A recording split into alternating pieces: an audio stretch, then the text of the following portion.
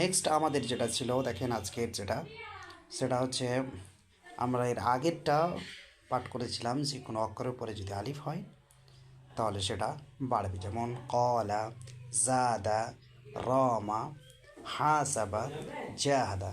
এবার দেখেন যে ইয়া,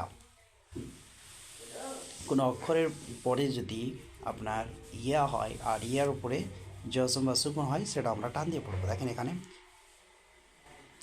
আমরা এখানে দেখতে পাচ্ছেন, দেখেন যে হামসা ইয়াজের ই, বা ইয়াজের বি, তা ইয়াজের তি, সা ইয়াজের সি, জিম ইয়াজের জি, হি খি দি, রি রি জি সি শি সি দি তি।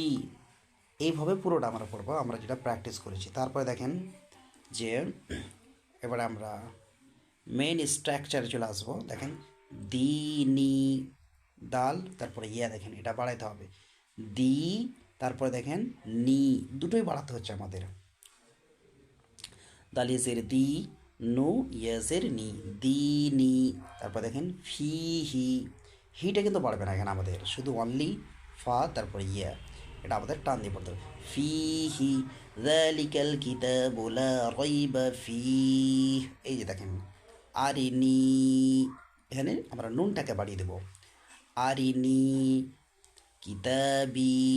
এখানে দুটো পাচ্ছি আমরা, দেখেন এর আগে যেটা পড়েছিলাম কোনো অক্ষর পড়ি আলিফ হয়, এখানে আলিফ আছে দেখেন, তারপরে এখানে ইয়া আছে, বার পরে ইয়া, তো দুটো পেলাম।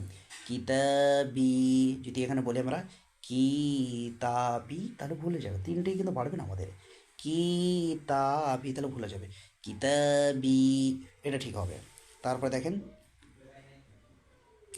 উজিবু, উজিবু দাওয়াতাদ দা, কোরআন আছে উজিবু, জিমের পরে ইয়া আছে, জিম এজের জিম। তারপরে দেখেন ইউ আরি, এখানে আমরা কি বাড়াচ্ছি আপনার ওয়াও। তারপরে দেখেন মাফাতিহু, মাফাতিহু। তারপরে দেখেন এখানেও কিন্তু আমরা দুটো পাচ্ছি, ফার পরে আলিফ তারপরে তা, মাফা, তারপরে দেখেন তি, মাফাতিহু, র, রজিকিনা, এখানেও দুটো পেলাম আমরা, র বাড়ছে আর কাপ, রজিকিনা, ইবাদি, বা আর এখানে দাল, ইবাদি, আদাবি, এখানেও দুটো, আদাবি, তামাসিলু, তামাসিলু। তারপর দেখেন মাকাদিরু, এখানেও দুটো, মাকাদিরু, আখিহি, বানিহি। এভাবে আমাদের প্র্যাকটিস ডেলি করতে হবে।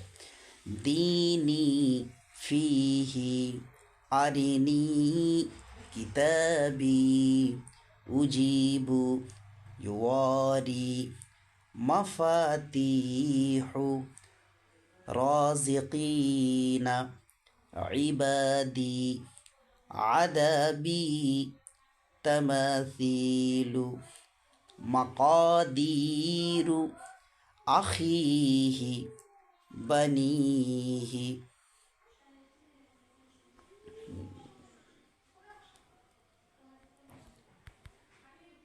ঠিক আছে, নেক্সট আমরা আবার আলোচনা করব।